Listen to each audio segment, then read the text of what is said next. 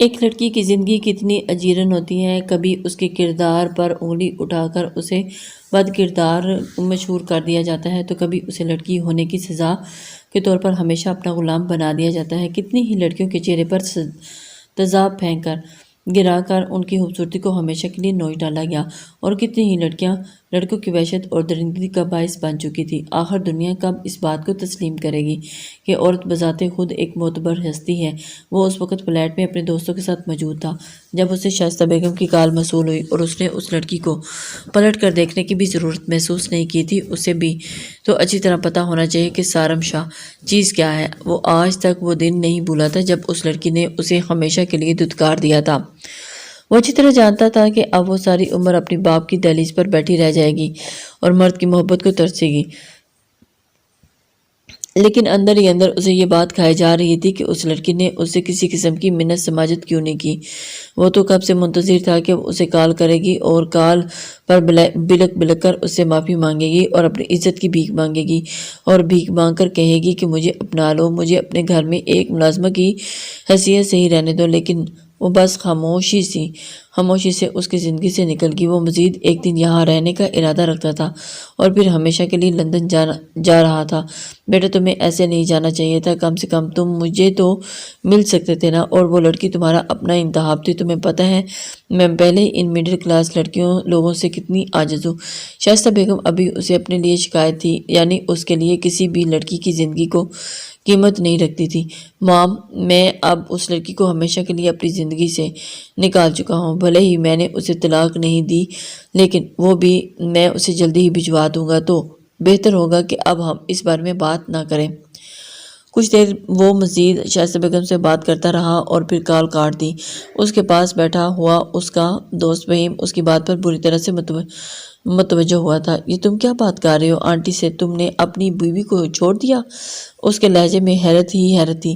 ہاں، وہ میری بس ایک رات کے لیے ہی بیوی تھی۔ اس کے غرور میں بھرے ہوئے لہجے پر فہیم نے حیرت سے اسے دیکھا تھا۔ کیا مطلب ایک رات کی بیوی؟ تمہیں اس پر مزید مغز ماری کی ضرورت نہیں ہے۔ میں نے بس اپنا بدلہ پورا کرنے کے لیے اس لڑکی سے شادی کی تھی اور اب اسے اپنے باپ کے گھر بھجوا دیا ہے۔ اور اس کی بات سن کر فہیم کو حیرت اور دکھ نے آن گھیرا، لیکن وہ اچھی طرح جانتا تھا کہ اس کی باتوں کا اثر اس شخص پر کامی ہوتا ہے، اور اس لڑکی کی زندگی برباد ہو چکی ہے۔ اب وہ لندن جا کر ہمیشہ کے لیے فراموش کر دیتا۔ اگر تم نے بھابھی کو چھوڑ ہی دیا ہے تو پھر انہیں طلاق دے کر جاؤ تاکہ وہ اپنی زندگی کو نئے طریقے سے شروع کریں۔ وہ اسے ابھی بھی مشورے دے رہا تھا اور اس کی بات سن کر سارم نے سر جھٹکتے ہوئے اس کی بات کو کاٹ دیا۔ مجھے جو بھی کرنا ہوا میں کر لوں گا، فی الحال تمہیں اس سائڈ لینے کی ضرورت نہیں ہے۔ وہ اس کی بات سن کر فہیم کچھ شرمندہ سا ہو گیا تھا۔ تو یہ سچ تھا کہ وہ اپنے نجی معاملات میں اپنے دوستوں کو گھسنے نہیں دیتا تھا، لیکن وہ اچھی طرح جانتا تھا کہ وہ شخص غلطی کر رہا ہے اور اس غلطی کی تلافی بہت بڑی ہوگی۔ دوسرے ہی روز وہ اپنے گھر شائستہ بیگم کو ملنے آیا اور اپنا سامان پیک کیا، اور اسی شام فلائٹ سے وہ ہمیشہ کے لیے لندن چلا گیا۔ اب نہ جانے کتنے سالوں کے بعد وہ ایسے ہی واپسی ہوتی کوئی نہیں جانتا تھا۔ یہ سب اس کی مرضی پر ڈیپینڈ کرتا ہے۔ لیکن دوسری جانب حمائل ابھی بھی دل میں یہ امید لیے بیٹھی تھی کہ ہو سکتا ہے کہ وہ شخص واپس لوٹ آئے، لیکن اب وہ مجبوری کی بنا پر اس کے ساتھ جائے گی، کیونکہ وہ دل میں کبھی بھی اس کے لیے وہ عزت اور محبت محسوس نہیں کر سکتی جو عزت اور محبت اسے دینی چاہیے تھی۔ وہ اس کا شوہر تھا اور اس کا محافظ، اور آج اس کی عزت کو دو کوڑی کا کر چکا تھا، اور آج اس واقعے کو تقریباً 20 دن گزر چکے تھے اور حمائل کو کوئی سرا نہیں نظر آ رہا تھا۔ وہ دن بدن نا امید ہوتی جا رہی تھی۔ اس کی گرتی ہوئی حالت کے پیش نظر اس کی ماں نجمہ اسے دیکھ کر تڑپ رہی تھی، اور صرف چند دنوں کے اندر ہی ان پھول جیسی بیٹی مرجھا کر رہ گئی تھی۔ ان کا شوہر بستر پر پڑا تھا اور ان کے گھر عجیب اداسی کا ماحول چھایا ہوا تھا۔ ہو سکتا ہے کہ اس کا شوہر اسے طلاق دے دے اور پھر کوئی بھی قبول نہ کرے۔ یہ خوف اندر ہی اندر جھگڑے جا رہا تھا۔ نہ جانے زندگی ان سے کون سا امتحان لے رہی تھی۔ حمائل کی حالت دن بدن بگڑتی جا رہی تھی۔ وہ سوکھ کر بالکل کانٹا ہو چکی تھی اور ہر روز اسے بخار ہو جاتا۔ کھانا پینا اس نے چھوڑ دیا تھا اور آج 1 ماہ ہونے کو آیا تھا، اور اسے یوں محسوس ہوتا کہ ابھی کل ہی کی تو بات ہو اور کل ہی وہ اسے اجڑ کر اس دہلیز پر آئی ہو۔ اس نے تو ہنسنا مسکرانا بالکل ترک کر دیا تھا۔ اس روز اس کی ماں نے ندا کو بلا بھیجا تاکہ ندا اسے ڈاکٹر کے پاس لے جائے، اور اچھی طرح جانتی تھی کہ اسے قائل نہیں کر پائے گی۔ وہ ایک بار ڈاکٹر کو ملے، اور کیونکہ ہر روز بخار نے اسے حد درجہ کمزور بنا دیا تھا، اس روز ندا آئی تو وہ اپنے کمرے میں خاموش بیٹھی ہوئی تھی۔ ندا اس کے پاس جا کر بیٹھ گئی۔ کب تک کھوکھلے رشتوں کو سوگ مناتی رہو گی؟ ہمارے چھوڑ دو اس سب کو اور ان سوچوں سے خود کو باہر لے آؤ۔ وہ تمہاری زندگی میں ایک ناخوشگوار خواب تھا جو آ کر گزر گیا۔ اب اس کے بارے میں جتنا سوچو گی اتنا ہی خوف زدہ رہو گی۔ وہ اسے سمجھا رہی تھی اور وہ بس خاموشی سے ندا کو ہی دیکھ رہی تھی، اور اس کی آنکھوں کا دکھ ندا کو اندر ہی اندر کاٹ رہا تھا۔ ہر وہ وقت ہنستے اور مسکرانے والی لڑکی کیسے ایک دم سے خاموشی کا لبادہ اوڑھ گئی۔ میں کھوکھلے رشتے کا دکھ نہیں منا رہی آپا، میں خود پر ڈھائے ہوئے ظلم کا سوگ منا رہی ہوں۔ دنیا نے مجھے خوفزدہ کر دیا ہے۔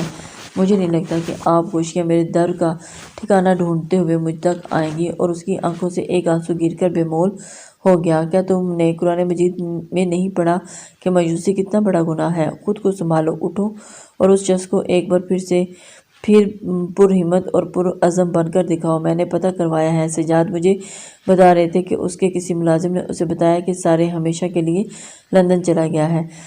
سارا نہ جانے اب وہ کب لوٹے گا، لیکن تمہیں خود کو مضبوط بننا ہوگا۔ اس ایک برا خواب سمجھ کر بھول جاؤ۔ زندگی صرف ایک سانحے پر نہیں رک جاتی، زندگی کو خود آگے لے کر چلنا پڑتا ہے، اور مجھے امید ہے کہ تمہاری نیت ٹھیک ہے تو خوشیاں تمہاری منتظر ہو کر تم تک آ جائیں گی۔ ابھی اٹھو اور جلدی سے تیار ہو جاؤ، میں تمہیں ڈاکٹر کے پاس لے جا رہی ہوں۔ ندا جانتی تھی کہ وہ کبھی بھی اس کے ساتھ ڈاکٹر کے پاس جانے کے لیے راضی نہیں ہوگی، لیکن اس لیے اسے زبردستی اٹھا کر اسے تیار کرنے لگی اور پھر اسے لے کر ڈاکٹر کے پاس چلی گئی۔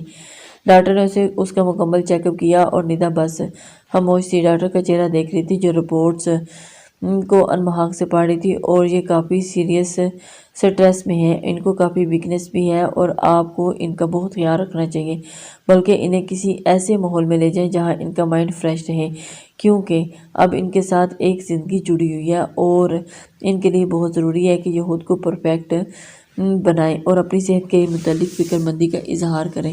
ڈاکٹر کے الفاظ سن کر وہ حیرت سے ڈاکٹر کی جانب دیکھ رہی تھی، یعنی ابھی ایک اور واقعے کا منتظر تھا۔ اس نے بے اختیار ہی اپنے پیٹ پر ہاتھ رکھا اور اس شخص نے نہ صرف اسے برباد کر دیا تھا بلکہ ایک جان کو اس کے ساتھ جوڑ کر اسے بھی بربادی کے کٹہرے میں کھڑا کر دیا تھا۔ وہ تو سوچ بھی نہیں سکتی تھی کہ مقدر اس سے یوں بھی امتحان لے گا۔ آنسو اس کی آنکھوں سے ٹپ ٹپ کر کے بہنے لگے تھے اور اس بچے کا تاریک مستقبل نظر آ رہا تھا۔ ندا نے اسے سہارا دیا اور باہر لے کر آ گئی۔ وہ اچھی طرح جانتی تھی کہ اب اس کی کنڈیشن کیا ہوگی۔ آپا یہ بچہ، وہ روتے ہوئے ندا کے گلے لگ گئی تھی۔ ندا اسے لے کر گھر آ گئی اور جیسے ہی یہ خبر گھر میں سب کو پتہ چلی تو سب پر ایک جیسی کیفیت طاری ہو گئی تھی۔ ایسا نہیں تھا کہ وہ خوش نہیں تھے، انہیں خوشی ہوئی تھی، لیکن اللہ نے ان کی بیٹی پر زندگی جینے کے لیے ایک نیا دروازہ کھول دیا ہے۔ ایک امید کا سرا ان کے ہاتھ لگ چکا تھا، لیکن ابھی انہیں اندر ہی اندر یہ اداسی بھی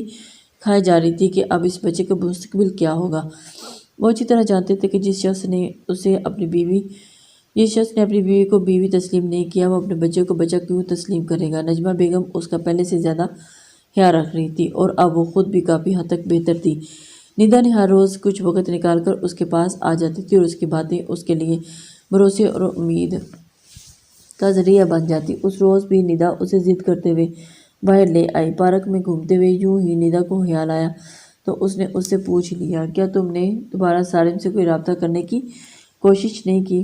اس نے تم سے رابطہ کرنے کی کوئی کوشش کی ہو سکتا ہے کہ تم اسے اس بچے کی خبر دو تو اس کا دل پسیج جائے۔ اس نے ایک خاموش نظر ندا پر ڈالی تھی۔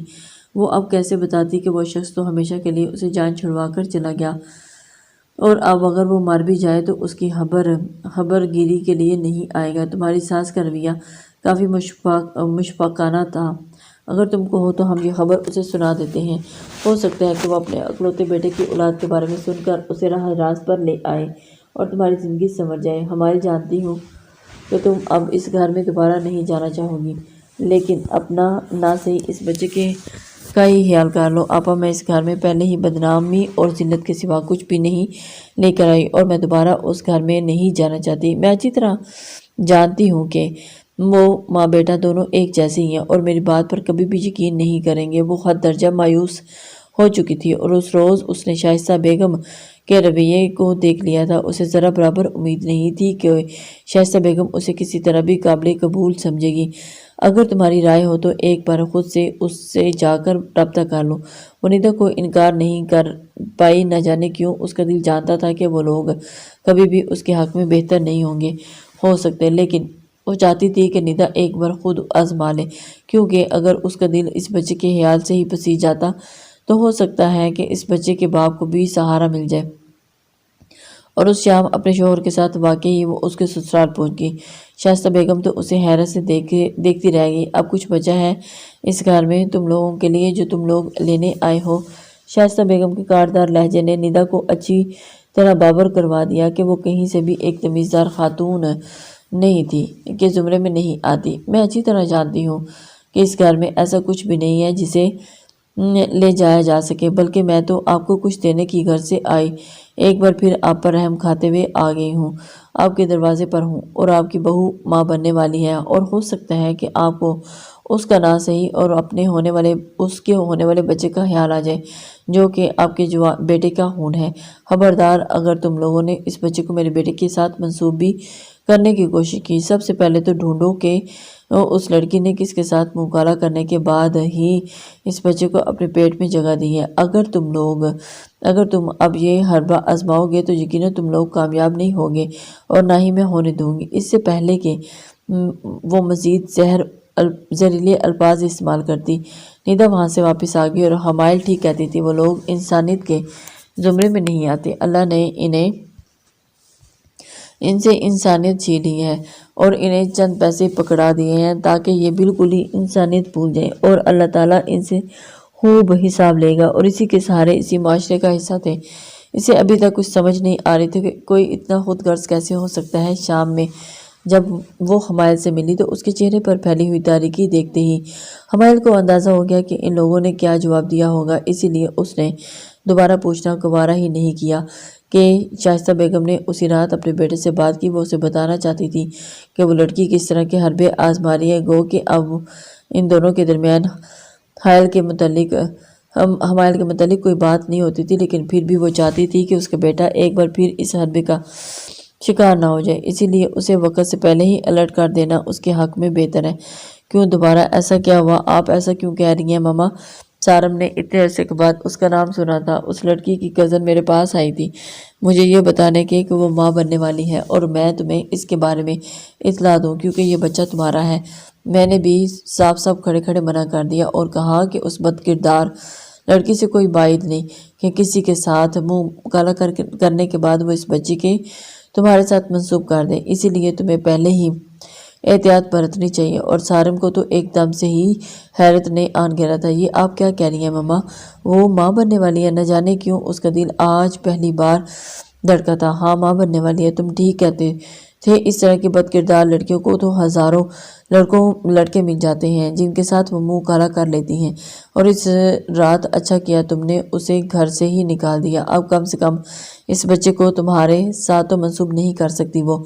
لیکن سارم اس کی کوئی بات نہیں سن رہا تھا، اس کی تو سوئی وہی اٹک چکی تھی کہ وہ ماں بننے والی ہے۔ وہ اچھی طرح جانتا تھا کہ یہ بچہ اس کا اپنا ہے، کیونکہ اس رات ہی تو اسے معلوم ہو گیا تھا کہ وہ کتنی پاک دامن ہے، اور وہ یہ سوچ بھی نہیں سکتا تھا کہ وہ کسی اور کے ساتھ بھی مراسم بنا چکی ہوگی۔ نہ جانے کیوں اس کا دل زور زور سے دھڑک رہا تھا۔ کیا ہوا سارم، تم اتنے خاموش کیوں ہو گئے؟ اور سارم نے بنا کوئی بات کی کال کاٹ دی۔ اسے عجیب سے وسوسوں نے آن گھیرا۔ اسے لندن آئے ہوئے 3 ماہ گزر چکے تھے اور ان کی شادی کو 4 ماہ، یقیناً وہ 4 ماہ کی حاملہ ہے اور ابارشن کروانا ممکن نہیں ہے، اور اس بچے کو جنم دے گی، اور پھر اس بچے کا در بدر ٹھوکریں کھائے گا، اور ایک دم ہی اسے اپنا دور یاد آنے لگا۔ وہ بھی تو بالکل ایسا ہی تھا بنا باپ کے۔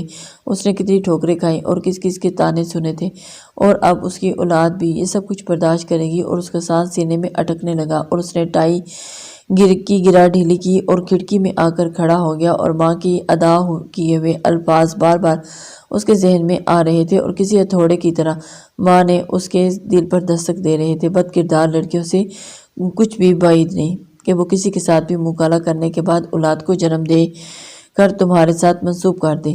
وہ جو بھی تھا وہ اس کے لیے سب کچھ لٹانے کے لیے تیار تھا۔ وہ اس بچے کو کھونا نہیں چاہتا تھا، اور جو فیصلہ اس نے ایک پل میں ہی کر دیا تھا، اسے شام اس نے کال کی اور اپنی ماں کو یہ کہہ دیا کہ وہ 2-3 ماہ کے اندر اندر واپس آ رہا ہے۔ اس وقت اسے یہاں پر اتنے زیادہ ضروری کام تھے کہ وہ چاہ کر بھی 3-4 ماہ سے پہلے نہیں آ سکتا تھا، اور بچے کی پیدائش 9 ماہ کے بعد ہونی تھی۔ وہ چاہتا تھا کہ وہ خود اپنے بچے کی پیدائش کے وقت اس کے قریب ہوگا اور حمائل سے وہ بچہ واپس لے کر آئے گا۔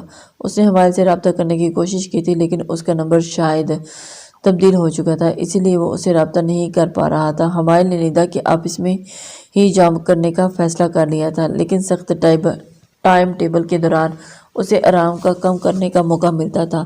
اپنا چیک اپ اب وہ لاغرضی سے کروا رہی تھی، اس لیے کہ اس کی پریگننسی میں کافی مسائل آ رہے تھے۔ اس کا رنگ ایک ہی دم سے زردی مائل ہو چکا تھا۔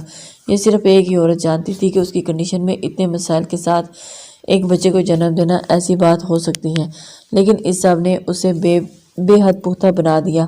اب وہ ایک کمزور لڑکی نہیں رہی، بلکہ ایک مضبوط ماں تھی جو ہر طرح کی مشکلات کا سامنا کر سکتی تھی۔ یہ اس کے 7ویں مہینے کا آغاز تھا۔ اس روز وہ آفس میں تھی اور صبح سے ہی اس کی طبیعت کچھ گڑبڑ تھی۔ نجمہ بیگم نے لاکھ منع کیا کہ آج وہ آفس نہ جائے، لیکن پھر بھی آفس کے لیے چلی آئی، کیونکہ آج اس کی ایک ضروری میٹنگ تھی اور اس کا آفس جانا بے حد ضروری تھا۔ اسے شام سارے بھی پاکستان پہنچ چکا تھا۔ اس نے رات میں ہی حمائل کے متعلق تمام ڈیٹیل نکلوائی تھی اور آج اس سے ملاقات کرنے کے لیے اس کے آفس چلا گیا۔ وہ اسے ملاقات کرنے کے بعد اس کی حالت کے بارے میں جاننا چاہتا تھا اور اسے یہ اچھی طرح باور کروانا چاہتا تھا کہ وہ بچہ اپنے پاس لے کر جائے گا، اور وہ آفس کے باہر ہی اس کا انتظار کرتا رہا۔ جب تھوڑی دیر کے بعد وہ اس سے واقعی باہر آتی ہوئی دکھائی دی تو اپنے ارد گرد شال لپیٹے ہوئے قدرے بھرے بھرے وجود کے ساتھ وہ کافی پرکشش نظر آ رہی تھی۔ باوقار طریقے سے چلتے ہوئے وہ اپنے حواسوں میں گم جا رہی تھی، جب ایک دم ہی سارم اس کے سامنے آ کھڑا ہوا، اور وہ کتنی ہی دیر اسے دیکھتے رہ گئی اور پھر اس کے قریب سے گزرنے لگی۔ جب سارم نے ہاتھ بڑھا کر اس کے بازو پکڑ لیا۔ خبردار، اگر تم نے مجھے ہاتھ لگانے کی کوشش بھی کی تو تم اپنا ہر حق کھو چکے ہو، اور اس سے کبھی بھی بھولنا مت۔ سارم کو اس کی آنکھوں سے چنگاریاں نکلتی ہوئی نظر آ رہی تھی۔ وہ تو خود ہی حیرت کا شکار تھا، اور اس کی بھیگی بلی سی لڑکی کو شیر بنتا دیکھ کر میں یہاں صرف اپنے بچے۔ اس سے پہلے کہ وہ اپنی بات مکمل کرتا، جب اس کے منہ پر ایک زناٹے دار تھپڑ پڑا اور اس کا رنگ شدت سے سرخ ہو چکا تھا۔ کیا کہا تم نے؟ تمہارا بچہ؟ تم نے مجھے بد کردار کہہ کر اپنے گھر سے نکال دیا تھا، اور اب اس بچے پر تمہارا کوئی حق نہیں ہے۔ آج کے بعد مجھے اپنے بچے کے آس پاس بھی نظر تم آئے تو میں تمہیں کاٹ کے رکھ دوں گی۔ وہ غصے کے باعث تھر تھر کانپ رہی تھی، جبکہ ایک دم ہی سارم آگے بڑھ کر، اور اس سے پہلے کہ وہ اس سے مزید کوئی بات کرتا، حمائل اس کے بازو میں ہی لہرا کر رہ گئی تھی۔ سارم کے یقیناً ہاتھ پاؤں پھول چکے تھے، اور اس نے اسے بازو میں اٹھا لیا اور لا کر گاڑی میں ڈال دیا تھا، اور اس کا رخ ہسپتال کی جانب تھا۔ نہ جانے کیوں اس کا دل اتنی تیزی سے دھڑک رہا تھا کہ دھڑکتے ہوئے دل کے ساتھ ہی اس نے اپنا کپکپاتا ہوا ہاتھ حمائل کے پیٹ پر رکھا تو اس کی شدت سے دھڑکن بڑھ چکی تھی۔ زندگی میں پہلی بار کسی کو کھو دینے کا احساس شدت سے اس پر حاوی ہوا تھا۔ ہسپتال میں داخل ہوتے ہی اس نے ڈاکٹر کو چلا کر بلانا شروع کر دیا۔ مجھے ابھی اور اسی وقت اپنی بیوی ٹھیک چاہیے۔ وہ غصے میں بالکل پاگلوں کی طرح بیہیو کر رہا تھا، جبکہ ڈاکٹر اسے کول رکھنے کی کوشش کر رہے تھے۔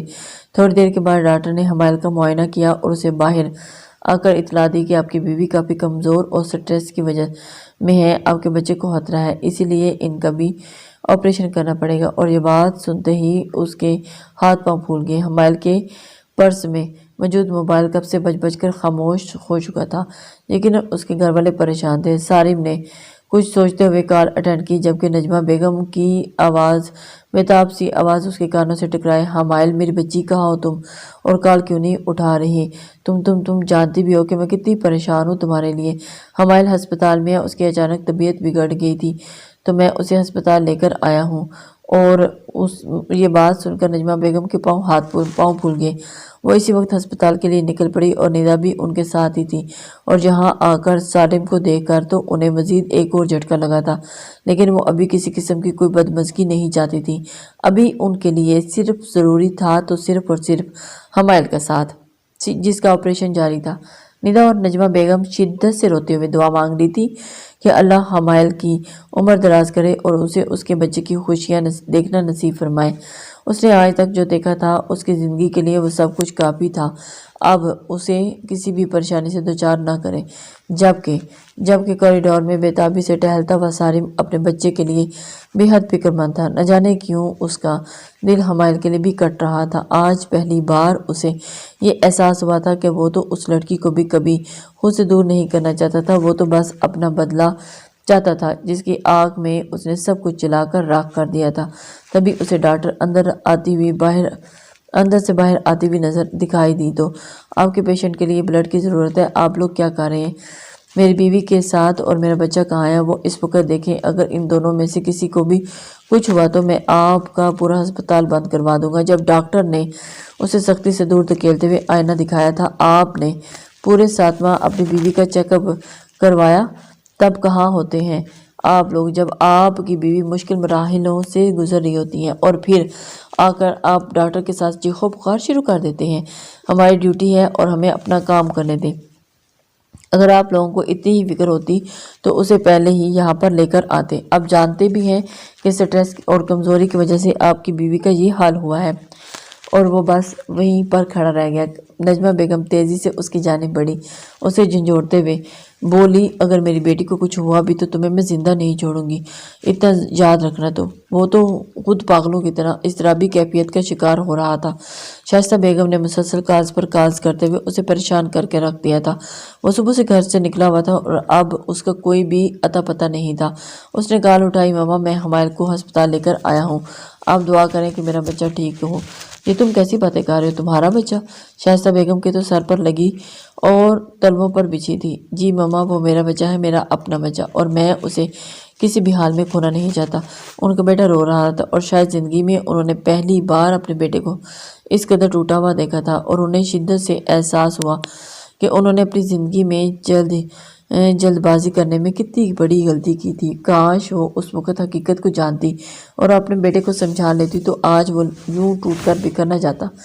حمائل نے بیٹے کو جنم دیا، لیکن 7 ماہ کا بچہ کافی کمزور تھا، اسی لیے اسے کچھ دنوں کے لیے ہسپتال میں ہی رکھنا پڑا تھا۔ ڈاکٹرز نے سختی سے منع کر دیا تھا کہ کوئی بھی سٹریسفل بات ان کے سامنے نہیں دہرائی جائے گی، اور اسی وجہ سے سالم اس سے بنا ملے ہی واپس چلا گیا، اور وہ نہیں چاہتا تھا کہ حمائل کو ایک اور بار پھر نقصان پہنچے۔ وہ اچھی طرح جانتا تھا کہ وہ کچھ ماہ کے بعد اسے منا لے گا، چاہے پھر اسے اس کی پاؤں وہیں پکڑنے پڑے۔ ہسپتال سے ڈسچارج ہونے کے بعد حمائل گھر پر ہی موجود تھی۔ نجمہ بیگم اور اس کا حد سے زیادہ خیال رکھ رہی تھی۔ وہ گول مٹول سا روئی جیسا بچہ دیکھنے میں کمزور تھا، لیکن پھر بھی حمائل کے لیے وہ چاند کا ٹکڑا تھا، جسے ہاتھ میں لیے ہوئے وہ سارے جہاں کی تکلیفوں کو بھول جاتے۔ اور آج اس کی ڈیلیوری کو پورے 4 ماہ ہو چکے تھے، اور آج ہی اس نے عدالت سے رابطہ کرتے ہوئے سارم کو خلانامہ بھیجا تھا، جسے دیکھتے ہی وہ بھڑک اٹھا اور اسی وقت گاڑی نکال کر شائستہ بیگم کو ساتھ لیتے ہوئے حمائل کے گھر جا پہنچا۔ حمائل نے اس کی آمد کے بارے میں سنتے ہی اس سے ملنے سے انکار کر دیا۔ جب وہ روتے ہوئے نجمہ بیگم کے پاؤں پڑ گیا تھا، مجھے صرف ایک بار اس سے بات کرنے کا موقع دیں، اس سے ملنے دیں، اسے کہیں کہ میری بات تو سن لے۔ آج اس کی اپنی حالت قابل رحم تھی، لیکن اس کے پاس کوئی چارہ نہیں تھا۔ شائستہ بیگم کا دل اپنی بیٹی کی حالت دیکھ کر کاٹ کر رہ گیا تھا۔ وہ بھی مسلسل محنت اور سماجت کر رہی تھی۔ جب تھوڑی دیر کے بعد حمائل باہر آئی اور حمائل کے ہاتھ میں وہ گول مٹول سا وجود دیکھتے ہی سارم کا دل دھڑک اٹھا تھا۔ وہ نہیں چاہتا تھا کہ ان دونوں کی علیحدگی ہو، اور وہ چاہتا تھا کہ ان دونوں کو ایک دوسرے کا پیار ہی ملے، بچے کو توجہ ملے۔ وہ بے تابی سے اس کی جانب بڑھا، جب حمائل نے اسے وہیں روک دیا۔ خبردار، اگر تم نے میرے بچے کو ہاتھ بھی لگایا تو تم اس پر کوئی حق نہیں رکھتے، یہ صرف میرا بیٹا ہے۔ تو کیا کہا تھا تمہاری ماں نے؟ بد کردار لڑکیوں کا شیوا ہوتا ہے کہ وہ کسی کے ساتھ بھی منہ کالا کرنے کے بعد بچے کو دوسروں کے ساتھ منسوب کر دیتی ہیں، تو آج میں اسے تمہارے ساتھ منسوب نہیں کر رہی۔ حمائل، مجھے معاف کر دو، مجھے ایک بار اسے اٹھانے دو۔ وہ بے تابی سے اس کی جانب بڑھتے ہوئے رو رہا تھا۔ وہ روئی جیسا وجود اسے دیکھتے ہوئے ہلکا پھلکا ہلکا ہلکا مسکرا رہا تھا۔ وہ ہو بہو سارم کی کاپی تھا اور شائستہ بیگم بھی بےتابانہ نظروں سے اسے دیکھ رہی تھی۔ اس روز وہ لاکھ منت سماجت کرنے کے بعد بھی حمائل کے گھر سے خالی ہاتھ لوٹ آیا تھا اور اسے کسی بھی قیمت پر معاف کرنے کے لیے تیار نہیں تھی۔ اس نے عدالت میں کیس دائر کر دیا تھا، اسے ہر حال میں خلا چاہیے تھی، جبکہ سارم نے اس بات کا پختہ ارادہ کر لیا تھا کہ وہ کبھی بھی حمائل کو طلاق نہیں دے گا، اور دونوں اپنی اپنی ضد پر اڑے ہوئے تھے۔ آج اسے ضمیر کے بوجھ نے ہر درجہ لاغر اور کمزور بنا دیا تھا۔ وہ اسی کمرے میں پڑا رہتا اور اسے رات کو یاد کرتا جس رات اس نے حمائل کے ساتھ جانوروں جیسا سلوک کیا تھا، اور اسے کسی طرح سے بھی اس لڑکی کی آنکھوں کی اداسی نہیں بھولتی تھی۔ اس کے آنسو اس کی بے چینی کا باعث بنتے تھے، اور پھر اس معصوم کی جان کی مسکراہٹ جب وہ اسے اپنی چمکتی ہوئی آنکھوں سے دیکھ کر مسکرا رہا تھا۔ سارم کا دل چاہتا تھا کہ اسے اٹھا کر اپنے سینے سے لگا لے، لیکن وہ یہ بھی سمجھتا تھا کہ وہ اس بچے پر کوئی حق نہیں رکھتا تھا۔ آج تک اس نے اپنی ماں کے ساتھ کچھ کیا تھا وہ معافی کے قابل نہیں تھا، اور پھر اس نے سارے آفس کے سامنے اس کے پیر پکڑ لیے تھے، لیکن حمائل کے دل میں نرمی نہیں آئی تھی۔ جن لوگوں کا کل تک وہ اسے بدکردار کہہ کر بدنام کر چکا تھا، آج سب کے سامنے اسے ناک رگڑتے ہوئے اس نے معافی مانگی، لیکن حمائل نے ایک ہی جواب دیا تھا: مجھے تم سے طلاق چاہیے، میں کبھی بھی تمہارے ساتھ نہیں رہ سکتی۔ تم نے ایک بار میرے ساتھ دھوکہ کیا ہے، میں دوسری بار تم پر یقین نہیں کر سکتی۔ اس روز بھی عدالت میں اس کی تاریخ تھی جب جج نے اس سے آخری بار پوچھا: کیا واقعی اپنے شوہر سے طلاق چاہتی ہیں؟ تو وہ مضبوط اور پرعزم لہجے میں اٹھتے ہوئے بولی تھی: جی سر، میں واقعی ان سے طلاق چاہتی ہوں، اور میں ان کے ساتھ ایک پل بھی نہیں رہ سکتی۔ یہ وہ انسان ہے جس نے مجھے سارے زمانے کے سامنے رسوا کر دیا، اور یہ میرا کبھی بھی محافظ نہیں ہو سکتا۔ ساری آنکھوں میں آنسو لیے آج دیکھ رہا تھا، اور آج وہ اس کٹہرے میں کھڑا تھا جہاں پر کل اس نے اس لڑکی کو کھڑا کیا تھا۔ آج اس کی آخری امید تھی، اور وہ اپنی امید کو ہرگز بھی ٹوٹا ہوا نہیں دیکھنا چاہتا تھا۔ اس نے بڑی عدالت کے سامنے حمائل سے معافی طلب کی تھی، لیکن حمائل نے منہ موڑ لیا، اور پھر مجبوراً اسے طلاق نامے پر دستخط کرنے پڑے، اور اس نے دستخط کرتے ہوئے ایک بار بھی اس وجود کو دیکھا۔ حمائل نے اس پر اتنی نرمی کی تھی کہ وہ اسے ملنے دیا، اور یہ بھی اس کا احسان تھا، اور جب اس نے اسے اٹھا کر اپنے سینے سے لگایا تو وہ سارے جہاں کی بے سکونی بھول گیا۔ وہ روئی جیسا گولا اس کی کاپی تھا، اور اس کی اپنا بچہ اس کا ہون مکافات عمل ہو چکا تھا۔ وہ کچھ گناہ ایسے ہوتے ہیں جن کی معافی نہیں ہوتی، اور وہ ساری زندگی کے لیے ناقابل معافی لکھ دیے جاتے ہیں۔ لسنرز، امید کرتی ہوں کہ آپ کو ناول پسند آیا ہو۔ اپنے لائکس، کمنٹس اور شیئر ضرور دیجیے گا۔ اللہ حافظ۔ ایک لڑکی